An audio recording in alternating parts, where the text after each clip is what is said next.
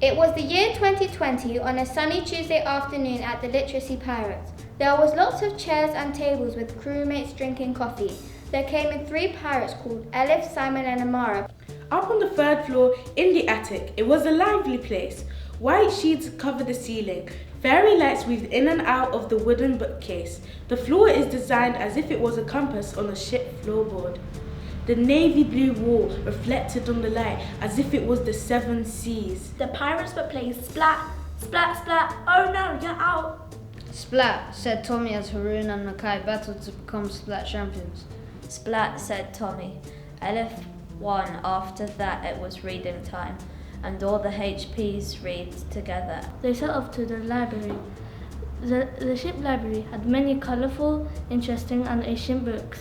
Fiend pirates were gracefully looking for a book to read. I wonder what we should read, Simon said. They had opened lots of ancient Egypt books and it looked like not many people would get to read them. Simon saw a book behind a red and yellow curtain. What's that? Asked Simon curiously. When he saw it, he was shook and ran to Elif. Don't tell me, said Tess. I hate those, said Amara anxiously. It's a book, said Elif. Look what I found, a Mistress Barkley book, replied Simon.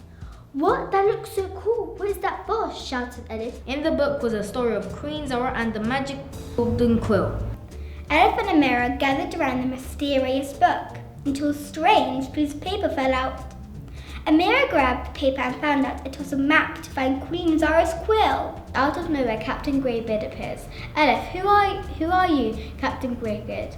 I am Captain Greybeard. I'm going to get the golden quill and write mean stuff about the hanging pirates, shouted Captain Greybeard. Captain Greybeard is a mean, slim man with a big head and looks so weird. He's also sort of ugly. Obviously has a grey beard, very scruffy, very smelly, a bit like mouldy salmon and ham. He has a very pirate-like grey beard, and that's why he is called Greybeard. He smelled like fish and was able to escape from us and stole the map on his way out. Ha ha ha! You will never get me.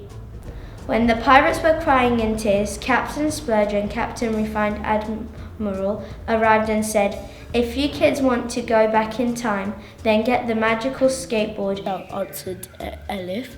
You guys, you are on a mission to go to Egypt and check out the pyramid. Captain Splurge said, would you like to borrow our outstanding skateboard, which has sugary glazed donuts on it? The captain said, go on, face Greybeard and get him out of this good world, and I'll make him pay for what he did. Okay, we got a skateboard, but the skateboard only works when you tell it a rhyme. They all said a rhyme. It was fly, fly in the sky, go down to the ground. Skateboard, please be a gift, and spread your wings and lift. The poem for it to start flying, fly, fly, fly away, fly until I get my way. We said the rhyme, and up in the sky, above the Tower of London, we saw Big Ben, the Tower of London, and the Tower Bridge. We could hear people shouting. We could smell bird poop. Simon had it on him.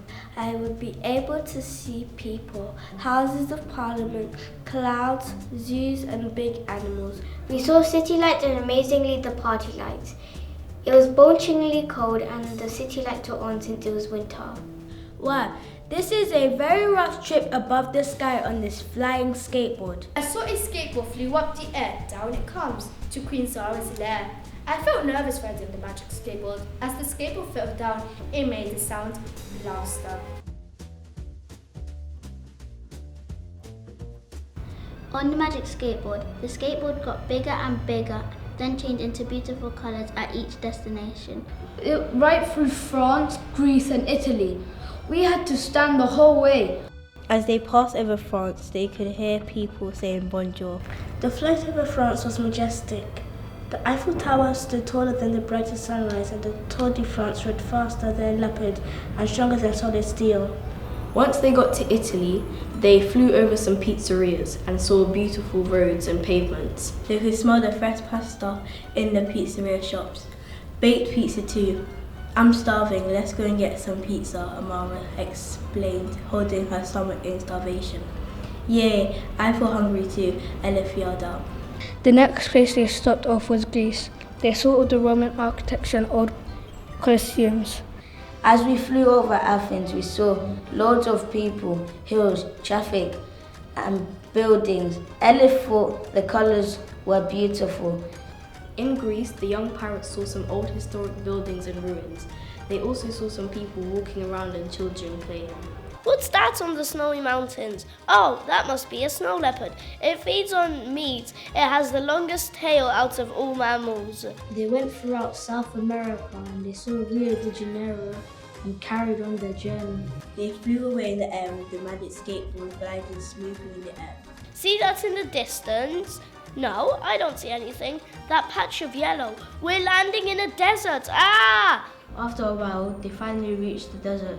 The skateboard started going down, but then they crashed on a rock and landed head first into the sand. They landed in great fun. The sand was so scorching that I felt like they were going to pass out. A massive heat wave hit them. They felt very hot, but luckily they had a massive bottle of water. The sand was so hot they could only step in it for 1 second. Elif said, "It's so hot." Simon said, "I know, right?" When we looked up, we saw the world's biggest pyramid in ancient Egypt. All of a sudden, they found something quite suspicious. They saw some medium-sized footprints. They decided to follow the prints. I think it's Captain Greybeard's footprints, and it was very tiring. Then suddenly, I saw some footprints stopped. Elif, Simon and Amara felt hot. Elif said, "Is there any water?" Simon said, "Of course there's not," sarcastically. I was really hot as fire. Then I saw a big cat statue. It was made out of cement and it was small. Standing still, the dark green-eyed cat came alive and said, "Well, hello there, ladies and gentlemen. What are you doing here today?" Then suddenly the floor raised up and the pyramid rose up. It felt like an electric shock going through your body. Gzz. The cat was called Alex and he just rapped. He did a song like Moana, but when the guy sing and bad things happened. The cat statue said, "If you write a nice poem about me, I will let you pass into the ancient sacred limestone pyramids where our god Marshall lived." Simon, yo, I got this. Elif, maybe. Simon, no, I got this. Cats, yeah they can fly, high, into the sky, meow, all day long. Grr, yeah they're hungry, sleep, yeah they're snoring, don't mind us, it's our routine. Yes, I will let you in. As soon as they finished the poem, suddenly a large pyramid emerged from the ground and went boom. We watched the giant pyramid rise and we all said goodbye.